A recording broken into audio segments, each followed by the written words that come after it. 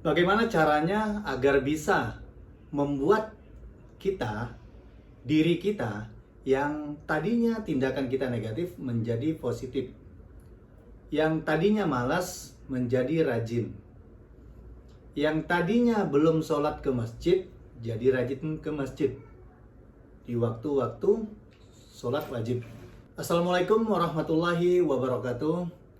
Bersama dengan Abdul Rais, Certified Hypnotherapy.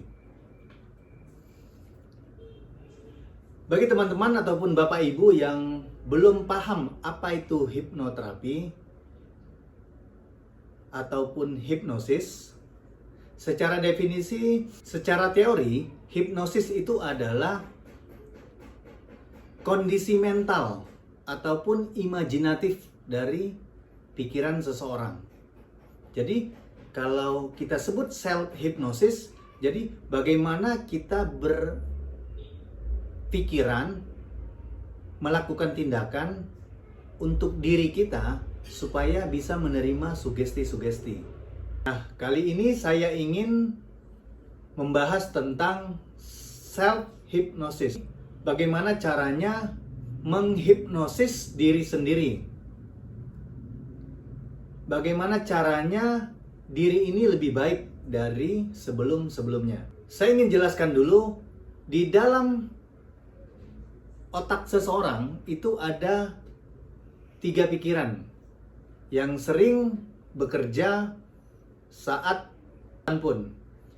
Yaitu yang pertama adalah pikiran sadar atau yang disebut dengan conscious mind. Setelah itu ada pikiran bawah sadar yang sering juga disebut sebagai subconscious mind. Nah, satu lagi, orang sering menyebutnya filter mental ataupun filter pikiran. Saya jelaskan satu persatu ya.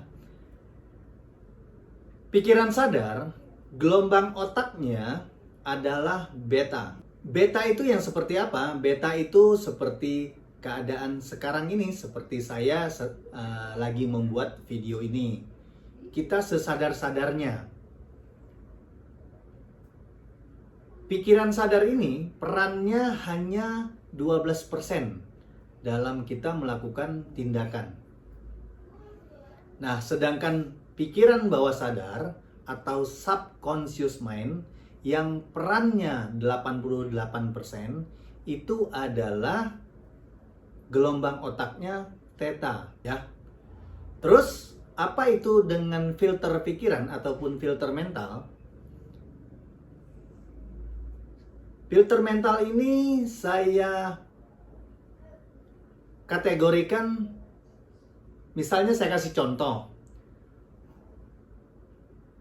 Anak kecil yang berusia bayi itu filter mental ataupun filter pikirannya belum aktif. Kenapa? Contohnya, misalnya kita mempunyai anak yang berusia bayi atau balita. Setiap kita berikan pilihan antara roti dan api, si balita tadi akan memilih api. Ya, kenapa? Karena filter pikirannya belum aktif. Karena dia belum bisa berpikir api itu bahaya atau tidak. Sedangkan kue itu enak atau tidak. Sebenarnya dia harusnya memilih kue karena kue itu enak. Nah, sedangkan orang dewasa, filter mentalnya atau filter pikirannya aktif. Kalau disuruh pilih antara roti dan api, orang yang dewasa akan memilih roti karena filter pikirannya sudah aktif. Begitu juga dengan diri kita yang sekarang ini yang dewasa. Setiap informasi yang masuk ke dalam diri kita itu selalu diprotek oleh pikiran mental kita atau filter mental kita atau security kita. Misalnya ya, dalam waktu sholat, misalnya saat azan, pikiran sadar kita sudah mengetahui kalau waktu sholat itu sudah tiba. Namun karena seseorang belum mengetahui atau belum punya pengetahuan tentang keyakinan kalau laki-laki di dalam Islam harus sholat ke masjid dalam 5 waktu tersebut.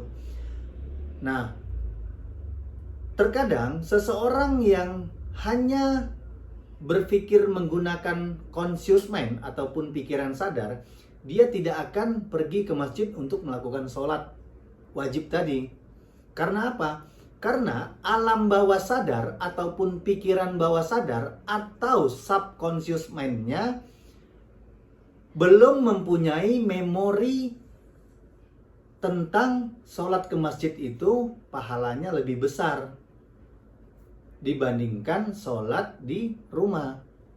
Di samping itu, pengetahuan yang harus kita isi di memori alam bawah sadar kita bahwa sholat ke masjid itu memang kita diperintahkan, di samping sholat berjamaah dan lain-lain. Bahkan langkah kita dari rumah sampai ke masjid pun dihitung.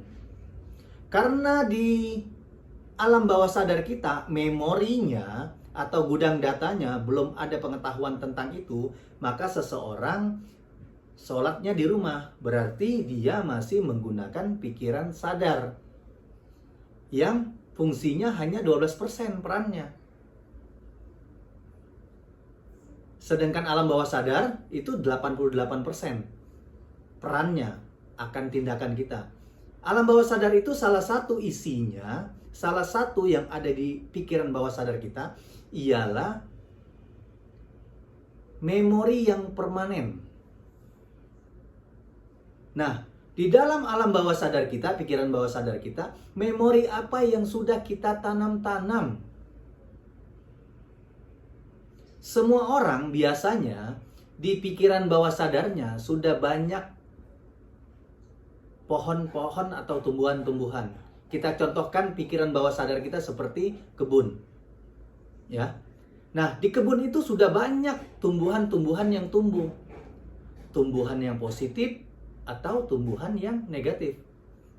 Nah, tindakan kita itu sangat dipengaruhi oleh gudang data atau memori yang permanen di dalam alam bawah sadar. Bagaimana caranya untuk bisa mengubah tanaman-tanaman yang ada di alam bawah sadar itu menjadi tanaman-tanaman bagus, seperti rajin,